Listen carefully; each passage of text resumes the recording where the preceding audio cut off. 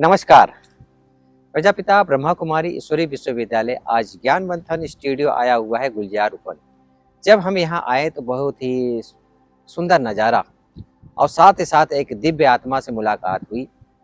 पिछले 40 सालों से ईश्वरीय ज्ञान में चलने वाली उर्मिला दीदी से, जो पिछले 15 साल से कमलमणि दादी के अंग संग रही, उनकी पालना ली और उनके पद चिन्हों पर चलते हुए उनकी कमान आप संभाल रही हैं। दिल्ली जैसे स्वास्थ्य नगर बिहार में वहाँ पर जो सेवाएं हैं वो पूरा संभाल रही हैं सुचारू रूप से। जैसे हमारी कमलमणि दादी बड़ी मीठी थी, देखते ही एक अपनापन महसूस होता था, ऐसा लगता था जैसे कि हमारी अपनी माँ। और ऐसे ही हमारी उर्मिला दीदी हैं जो सबको स्नेह प्यार से पालते हुए अपने जीवन को इस ईश्वरीय यज्ञ में स्वाहा कर रही हैं। समय स्वाहा संकल्प से अपने जीवन को सफल कर रही हैं। आइए मिलवाते हैं ऐसे दिव्य आत्मा से हमारी उर्मिला दीदी से। दीदी ओम शांति। ओम शांति, ओम शांति। दीदी जैसे कि आपका जो जन्म है कहाँ हुआ था? मेरा लौकिक जन्म बनारस में हुआ था। पढ़ाई लिखाई बनारस में ही। अब ज्ञान मार्ग से पहले किसे भगवान मानते थे? उसके पहले तो कृष्ण को। अच्छा। हाँ जी, जैसे माता जी ज्ञान में मतलब भक्ति करती थी बहुत ज्यादा, तो उनके साथ साथ जहाँ भी जाती थी हम चले जाते थे। माना कृष्ण के आप हाँ, बनारस में वैसे भी भक्ति की नगरी है, शिव की नगरी है जी जी, और विश्वनाथ मंदिर है, तो साथ साथ हम भी उन्हीं की भक्ति करते थे। पर प्रॉपर ऐसे भक्ति नहीं किए, लेकिन माता जी के साथ साथ ही जाते थे। कितने भाई बहने हैं? और सारा परिवार ही ज्ञान में चलता है, लेकिन श्याम बिहारी भाई कृष्णानगर सेंटर पे रहते हैं। माता जी भी समर्पित हैं, हमारे और भी भाई बहन समर्पित हैं, उनके बच्चे। पूरा यज्ञ बना। हाँ जी, यज्ञ में पूरा परिवार समर्पित। हाँ जी, हाँ जी। पहले ये बताएं कि पहले ब्रह्मा कुमारी से कैसे संपर्क आप हुआ? जब हम बनारस से दिल्ली आए तो हमारे लौकिक भाई श्याम बिहारी भाई दिल्ली में काम करते थे, तो उनके पास आए छुट्टियों में। और माता जी तो वैसे ही बहुत भक्ति करती थी, तो किसी ने देखा कि आप इतनी भक्ति करती हो तो चलो हम आपको भगवान से मिलाते हैं। माता जी बहुत खुश हो गई। अच्छा। हम तो भगवान से मिलेंगे। जी जी। तो जब वहाँ गए आश्रम पे कृष्णानगर, जी जी, तो वहाँ कमलमणि दादी मिली। जी जी। और माता जी ने कोर्स नहीं किया, सीधा मुरली सुनना शुरू किया। अच्छा। हाँ जी। फिर 15 दिन तक सुनते रहे। उसके बाद रक्षाबंधन आया तो उन्होंने कहा चलो चलो हमें और श्याम बिहारी भाई को कि चलो हम तुम्हें रक्षाबंधन पर फिल्म दिखाएंगे। अच्छा। दादी ने कहा बच्चों को ले आओ फिल्म दिखाने के लिए। मेरी आयु करीब 18-19 साल थी, तो वहाँ गए हम लोग।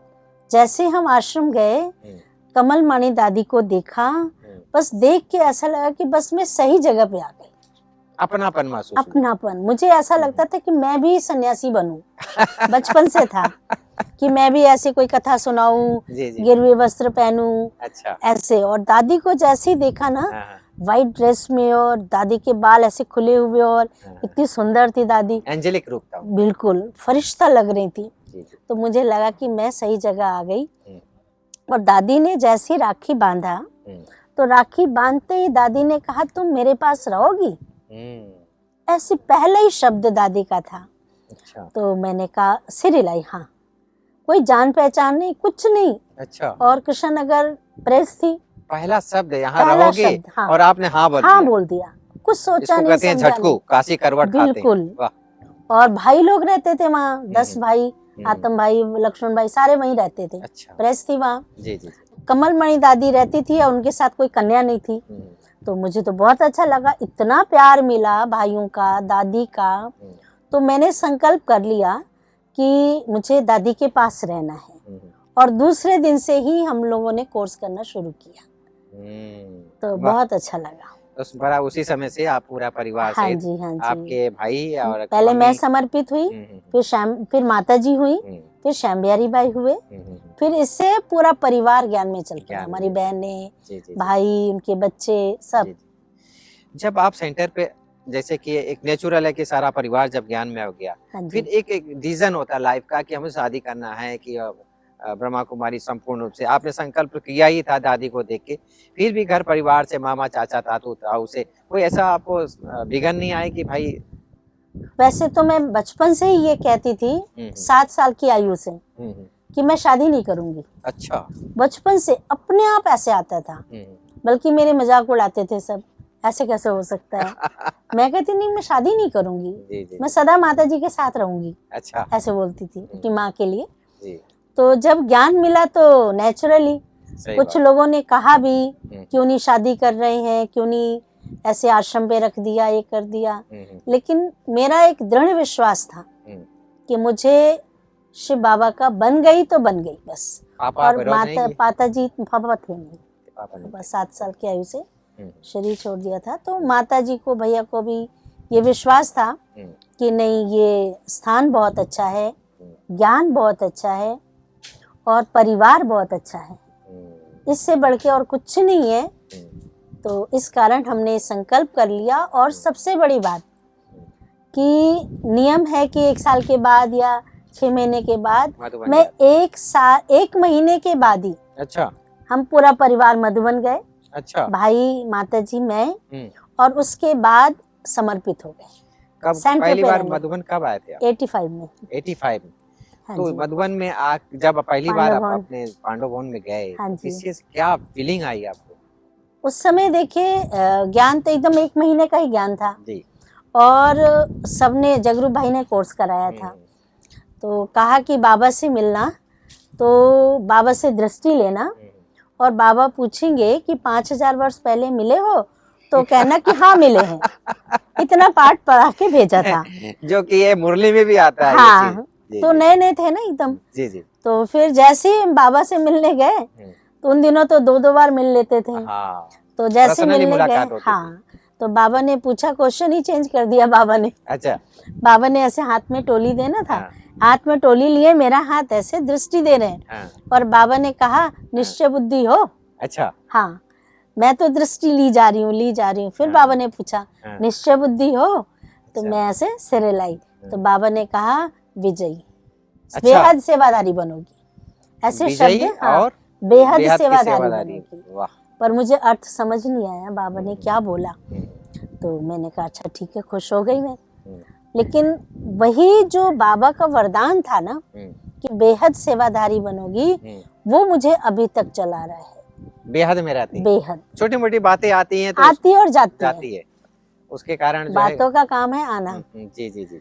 और हमें कमलमणि दादी से सीखने को मिला कि दादी कहती थी, तुम्हारा हर काम सहज होगा। ये वरदान मिल गया, दादी का वरदान था। क्या बात। कि जब मैं कृष्णा नगर दादी के साथ 15 साल रही, और उसके बाद स्वास्थ्य विहार, दादी ने पूरे अच्छी तरह से सेंटर को सजा के दिया था, पूरा एक एक चीज। क्या बात। और दादी ने कहा कि जाओ, तुम्हारा हर काम सहज होगा। तो मैंने देखा दादी के वरदान से बहनें भी सहज मिल गई। सही बात। हमें कोई मुश्किलात नहीं हुई, स्टूडेंट भी सहज, और सेंटर भी हमारे अलग अलग स्थानों पे खुले हैं, और ज्यादातर फ्री के मिले हैं। क्या बात है। गिफ्ट के रूप में। गिफ्ट के रूप में, जो जिसपे मैं रहती थी वो भी गिफ्ट जी। और भी हमारे सेंटर गिफ्ट जी। तो फ्री सेवा के लिए, जैसे किसी ने कहा, कितने गीता पाठशाला हमारे 8-10 हैं। 10 सेंटर। हाँ जी। सेंटर सर्टिफिकेट तो 4-5 को मिला है, बाकी गीता पाठशाला बहनें रहती हैं। ओके। तो वहाँ की दिल्ली की सेवाओं को देखते हुए आप लोकल सेवा का विस्तार कैसे करती हैं? प्रदर्शनियाँ लगाना, शिविर कराना, ऐसे ऑनलाइन सेवा, इस तरीके से सेवा चलती रहती है। हाँ, चलती रहती है। दीदी, जैसे कि मैं समझता हूँ बचपन से ही, अब 18 साल उम्र ज्यादा हाँ, बचपन का होता है, बालकपन का होता है। हाँ जी। और तब से ही आप दादियों के संग में, आप ब्रह्मा कुमारी के ज्ञान को आप अपने जीवन में लेकर आत्मसात करके चलती आ रही हो। इस दौरान कोई भी परिस्थिति अगर आती है, शारीरिक रूप से, मानसिक रूप से, आर्थिक रूप से, किसी तरह से कोई विघ्न आता है, तो उसको आप कैसे पार करती हैं? मैं तो जब भी कोई परिस्थिति आती है किसी भी प्रकार की, मैं बाबा के कमरे में बैठ जाती हूँ। अच्छा। और बाबा को ये कहती हूँ, बाबा ये समस्या आई है, या कोई प्रोग्राम करना है, वो आपको करना है। ये समस्या आई है, टालना आपका काम है। ये विघ्न आया, आपका काम है। मैं तो निमित्त हूँ, चलाने वाले आप चला रहे हो। और फिर मैं निश्चिंत हो जाती हूँ। चाहे शारीरिक बीमारी हो तो भी? हाँ, वो भी कहती कोई बात नहीं, ये हिसाब किताब है। अच्छा, साक्षी होकर देखती? साक्षी होकर के, क्योंकि एक मकान मालिक था, हम्म। मकान मालिक है जिसने घर दिया, हम्म। वो बहुत प्रकार के विघ्न डालते रहे, लेकिन मैं ये सोचती थी कि हो सकता है किसी जन्म में हमने उनको परेशान किया हो। अपने को बाबा कहते हैं ना कि परेशान नहीं हो किसी परिस्थिति में, सोमान में रहो, तो सोमान में रहो कि जी। नहीं इसका भी कल्याण हो जाए। हाँ, ये भी बहुत अच्छा भाई है, हाँ, हिसाब किताब चुकतू हो रहा है, जी, जी, आज नहीं तो कल चुकतू हो जाएगा। सही और उसकी रिजल्ट मैंने देखा कि इतनी शुभ भावना रखने के कारण, और जब वो शरीर छोड़ा तो शरीर छोड़ने से पहले पूरे मकान को संस्था के नाम कर दिया था। ये आपके शुभ भावनाओं का योग का प्रयोग क्योंकि जी, जी, बार बार वो धमकी देते थे, जी, जी। हम किसी और को बेच देंगे, किसी को दे देंगे। हम जी। निश्चिंत थे, बाबा बैठा है, हाँ, ये वो आपके बैठा है, जी, वो जी, अपना काम करेगा। ये आपके दृढ़ता और दृढ़ता। विश्वास और शुभ भावनाओं, ये बहुत बड़ा काम करता है, हाँ एक जी, पिलर का काम करता है। बिल्कुल बिल्कुल, बहुत मुझे तो सुंदर। विश्वास है पूरा जी, जी, बाबा जी। पे। दीदी, आप जब मधुबन में आती हो, दादियाँ उस समय थी, हाँ क्या जी, प्रेरणा आपको दादियों से मिली? दादियों से जब मैं कमलमणि दादी के साथ ही थी ना, तो जहाँ भी दादी जाते थे हम जाते थे साथ में। अच्छा। हर दादी से मिलना और सबसे दुआएं लेना और सबके नज़दीक रहना, चाहे वो बात दादी प्रकाशमणि हो। तो मेरा 88 में समर्पण हुआ था मधुबन में ही, 88 में नहीं, 93 में या 92 में जी, जी, पांडव भवन में हुआ था, ओम शांति भवन में। जी, जी, तो दादी ने जब अंगूठी पहनाई और जो रस्म होती है, तो वो जो सीन था ना, वो कुछ अलग ही था, ऐसा लग रहा कि हम किस दुनिया में आ गए हैं। जो पांडव ओम शांति भवन में पहली बार जी, जी, 85 कन्याओं का समर्पण पूरा हुआ था, परिवर्तन जीवन का। पूरा जीवन का जी, जी, परिवर्तन जी। हुआ। और दादियों से तो वरदान मिलते रहे, हूबहू मिलते रहे, गुलजार दादी से, प्रकाशमणि दादी से। दादी ने जब हम शुरू शुरू में ज्ञान में चले, तो दादी ने हमें अंगूठी पहनाई। अच्छा। जो पांडव भवन का वो आंगन सा है ना, जी, जी, जी, जी, वहाँ पे जी। कमलमणि दादी साथ में थे, तो दादी ने कहा अब तुम्हारी सगाई हो गई है, ऐसे दादी ने बोला समर्पण से पहले। जी। तो मुझे बहुत अच्छा लगा। हाँ, और सेंटर भी सर्टिफिकेट मिलने के लिए स्वास्थ्य विहार का, जी, मुझे उसमें भी कोई परेशानी नहीं हुई। सहज मिल जो दादी ने सहज का वरदान दिया ना, जी, जी, तो मैं दादी के साथ रहने के कारण सब मुझे जानते थे। तो वो सुशीला बहन थी जी, जी, रत्नमणि दादी के जी, साथ, जी, तो वो सर्टिफिकेट का वो करते थे जी, जी, सेंटरों का। जी, तो मैं सब सेंटर का ये लेके फार्म लेके गई, हम्म, तो उन्होंने कहा तुम सब सेंटर का क्यों भर रही हो, हम्म, सीधा सेंटर का भरो। हाँ, उन्होंने सेंटर का वो फार्म वगैरह चेंज कराया, दादी ने साइन किया, 6 महीने में हमें सेंटर का सर्टिफिकेट मिल गया। वाह। ऐसे दादियों का वरदान था। तो वरदान भी काम करता है। जहाँ तक वरदान मैं काम। कमल मणि दादी से मिला हूँ, तो हाँ एक जी। दो चीज हमको बहुत प्यारा सा उनका लगता है। एक मीठा सा मुस्कुराहट चेहरा, बिल्कुल बिल्कुल। जो एक रस स्थिति हमको दिखाता है कि हम सब के हैं, सब अपने हैं, हाँ जी, हाँ जी, वो हाँ जी। मुस्कुराहट। और दूसरा उनकी मीठी वाणी, जो उनको दर्शाता है कि वो सबके प्रति शुभ भावना, शुभकामना रखती थी। तो ऐसी पालना में पली आप। और ये सब कुछ हमने दादी से सीखा। जी, जी, दादी के आगे हम लोग तो छोटे थे। देखिए सेंटरों पे समस्याएं तो आती हैं, जी। प्रॉब्लम तो आते हैं, शारीरिक हिसाब किताब भी होता है, जी, लेकिन दादी को कितना भी तकलीफ हो, दादी ने कभी उफ नहीं किया। दादी खुश रहती, दादी कैसे, बिल्कुल ठीक हूँ, ऐसे बोलते थे दादी। ये आपने जो शब्द कहे ना हाँ दीदी, जी, तो मैंने ये दादी प्रकाशमणि जी हुई, दादी गुलजार हुई, दादी रतनमणि अभी जो शरीर हाँ छोड़ी, जी, हाँ जी, और हमारे बिजमोहन भाई जी जो शरीर जी छोड़े, जी जी, उसी का जो है बैंक लेके जाओ। तो बिल्कुल बिल्कुल। नेचुरल है कि हम यहाँ से जो संस्कार बनाकर, भाइयों बहनों, नेचुरल जो रूहानियत के संस्कार है, जो रूह काम करती है सदा मुस्कुराने का, वो हमें वर्तमान में रखता है और भविष्य भी बनाता है। तो ऐसी दादियों की प्रेरणा हमें जो मिलती है, और नेचुरल रूप से अगर हम रहते हैं, तो हमारा जीवन, हमारा भविष्य भी निखरता है और वर्तमान भी अच्छा होता है। जो हमने कमलमणि दादी से हमने सीखा, दादियों से भी हम सीखते आए हैं। तो जिसका वर्तमान अच्छा है तो भविष्य ऑटोमेटिक अच्छा होगा। दीदी, जैसे कि आप इस ज्ञान मार्ग में 40 साल कम नहीं होते। इस पूरे 40 साल में आपकी दिनचर्या कैसी रहती है? उस समय कैसी थी और अभी कैसी?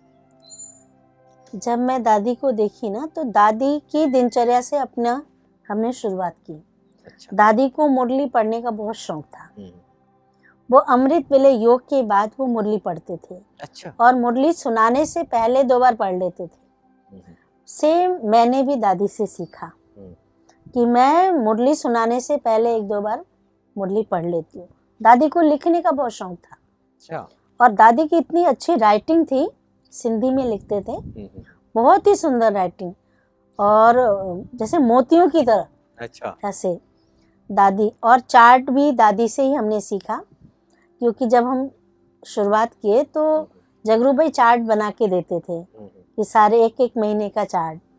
तो उसमें एक दिन का उसमें चार्ट में लिखा हुआ था कि बिना किसी को ज्ञान सुनाए नाश्ता नहीं मिलेगा। तो मैंने कहा, उस दिन मैं नाश्ता नहीं कर रही थी, तो दादी ने कहा तुम नाश्ता क्यों नहीं कर रही हो? तो वो छोटे थे ना, तो लकीर के फकीर हो जाते हैं ना। तो मैंने कहा दादी आज मैं ज्ञान नहीं सुनाई हूँ ना, इसलिए मैं नाश्ता नहीं करूंगी क्योंकि मेरे चार्ट में है। तो दादी ने कहा कोई बात नहीं, तो मुझे ज्ञान सुना दो, ज्ञान ही तो सुनाना है। तो मुरली की पॉइंट दादी को सुना करके फिर मैं नाश्ता कर ली। अच्छा। तो दादी के साथ में इतनी हल्की थी, जैसे सखियां होती है ना, सही बात। उस तरीके से हल्कापन था। हर छोटी छोटी बात दादी को सुनाना, शेयर करना, राय करना, पूछना, एकदम हल्कापन। और दादी सहज कर देती थी। बहुत अच्छी कई बात होता है आपने ना कि बताई हाँ कि अब भाई ज्ञान किसको, अज्ञानी को ज्ञान सुनाया जाता था, हाँ लेकिन उन्होंने प्रतिज्ञा करवाई थी, उसमें लिखा हुआ है चार्ट में कि ज्ञान नहीं सुनाना। अब किसी को भी ज्ञान सुना दो हाँ तो वो सुनाना ही तो है, एक बार हमारे सेवा हो गई। हाँ। ये दादी ने बहुत कहा अच्छा। मुझे मुरली की जो पॉइंट कि सुना दादी दो। जानकी का मैंने सुना है कि दादी जानकी बिना किसी को ज्ञान सुनाए नाश्ता नहीं करती थी। और विदेश यात्रा में आज जो विस्तार हम देख रहे हैं या पूना का हमने देखा है, हाँ जी, हाँ वो उसका जी। कारण यही है कि वो सेवा करके ही और फिर नाश्ता करती थी, भोजन करती थी। तो दीदी जैसे कि आपकी हॉबी क्या है? देखिए हमारी हॉबी है, एक तो हमारा जो विंग है ना, जी। कल्चरल विंग है, जी, जी। Art and cultural wing. जी, जी।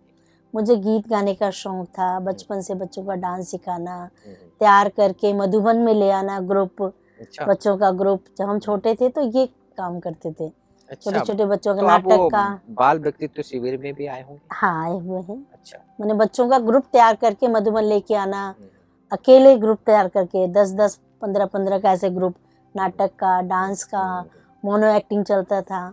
तो मेरा कल्चरल में ज़्यादा इंटरेस्ट है। बाकी बाबा का ज्ञान योग तो है ही है, पर वो ज्ञान युक्त है जी। ये सुबह उठना, शाम का योग, हाँ, अमृत वेले का कभी हम अमृत वेला मिस नहीं करते हैं। और बहनें भी हमारे साथ साथ सब उठती हैं, बाबा कमरे में योग करते हैं। मुरली का भी ये रखते हैं कि टाइम से पहले मुरली में पहुंचे।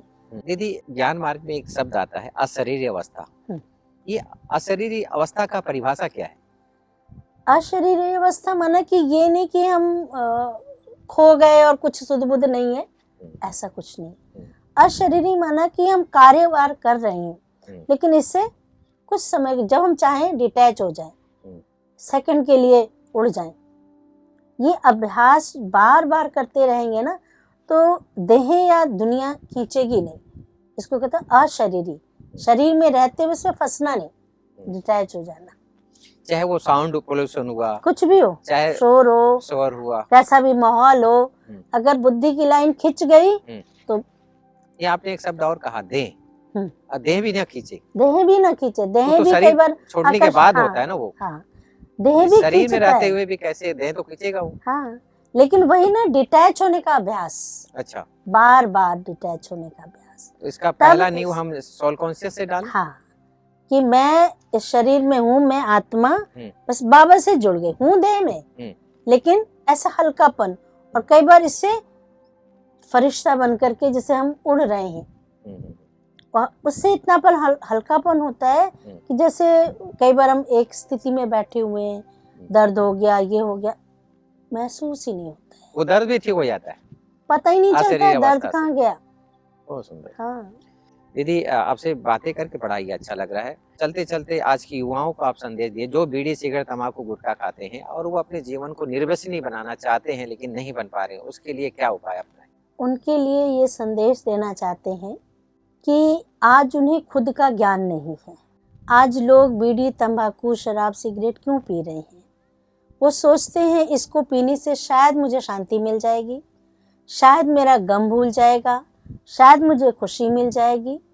पर वो ये भूल जाते हैं कि हम ये खुशी इसमें नहीं ढूंढ रहे हैं, इसमें शांति नहीं है, इसमें अपने जीवन को ही स्वाहा कर रहे हैं। इसके लिए हम ये संदेश देना चाहते हैं कि ये जो बीड़ी सिगरेट तंबाकू एक नशा तो है ना, क्यों ना हम ईश्वरीय नशे में रहें। मीरा को एक नशा चढ़ता, भक्त प्रहलाद को नशा चढ़ गया था। वो नशा कौन सा और वो नशा कौन सा? वो दुनिया की सुख को सुख समझते हैं, लेकिन जबकि ये सब कुछ यही रह जाएगा। इसलिए वो यही जो तंबाकू बीड़ी पीते हैं अपने जीवन को खराब कर रहे हैं। अगर वो ईश्वर का संदेश सुने, खुद को समझे कि मैं कौन हूँ और ये मेरा शरीर किस तरफ जा रहा है, मेरी आत्मा किस तरफ जा रही है, तो अपने के ज्ञान होने के कारण वो इन चीज़ों को छोड़ सकते हैं। वरना उस सुख को ही अपना सुख समझ रहे हैं और अपने जीवन को व्यर्थ खाते में लगा रहे हैं और जिसके कारण जो है अपना समय श्वास समय संकल्प सब खत्म हो रहा है, एनर्जी मनी भी वेस्ट जा रहा मनी है। भी जा रही है। बहुत सुंदर। लास्ट क्वेश्चन दीदी कि आज समय अनुसार जो है हम देखते आए हैं कि दुनिया में जिस प्रकार से एक बाबा का आना 2017 से बंद हो गया, आपने अव्यक्त पालना ली, साकार तो लिया नहीं, आज वो अव्यक्त पालना भी नहीं है, तो आप वो पालना का एहसास कैसे करती हो? अव्यक्त पालना, बाबा की अव्यक्त वाणियाँ जो है ना, वो हम पढ़ते हैं और जो पालना ले रखी अव्यक्त, जो बाप दादा आते थे, उसका अनुभव अभी भी हमें महसूस होता है। ऐसा लगता है बाबा गए नहीं, हमारे साथ ही हाँ बिल्कुल। दादी गुलजार भी हैं। गुलजार दादी भी हैं और वो देखिए हमारे से कोई गया नहीं है, जो भी दादियां गई हैं गई नहीं है, महसूस था उनका प्यार, उनकी पालना, उनका परवरिश, यही तो हमें सकाश देती है। तो मैं वो हमको खड़े रखी है कि आप चिंता नहीं करो, मैं बैठा हूँ। तो इसलिए हम ये कहें कि वो चले गए, बाप दादा चले गए, नहीं, मेरे साथ है, हर पल पल मेरा साथ दे रहे हैं। दादियां भी साथ दे रही हैं, बाबा भी साथ है। बाबा गया कहाँ है? ये हमारा जीवन एक प्रत्यक्ष प्रमाण है कि मैं उस पालना में पल रहा हूँ और उसके आधार से चल रहा हूँ, चल रहे हैं। और जिस दिन अगर हम ये सोच लेंगे कि चले गए तो हम खाली हो जाएंगे, तो वो चेहरे में जो है रौनक खत्म हो जाएगी, रौनक खत्म हो जाएगी। दोस्तों आपने सुना उर्मिला दीदी को कि कैसे जीवन में सदा ही सफलता प्राप्त करने के लिए निश्चय का फाउंडेशन बहुत जरूरी है। जितना हमारे अंदर निश्चय का फाउंडेशन होगा उतना ही हम सुचारू रूप से अपने जीवन को सफल बनाएंगे, अपने समय श्वास संकल्प को सफल करेंगे। उर्मिला दीदी से आपने सुना कि कैसे एक झटके से दादी ने कहा और खुद को समर्पित कर दिया। ऐसे दीदी ने संकल्प किया और खुद को अपने जीवन में सदा ही हर कार्य सरल और सहज रीति से करते हुए चल रही हैं। ऐसे दिव्य प्रभावान व्यक्तित्व से फिर एक नए समय पर नए व्यक्तित्व के साथ फिर मिलवाते हैं। तब तक के लिए नमस्कार।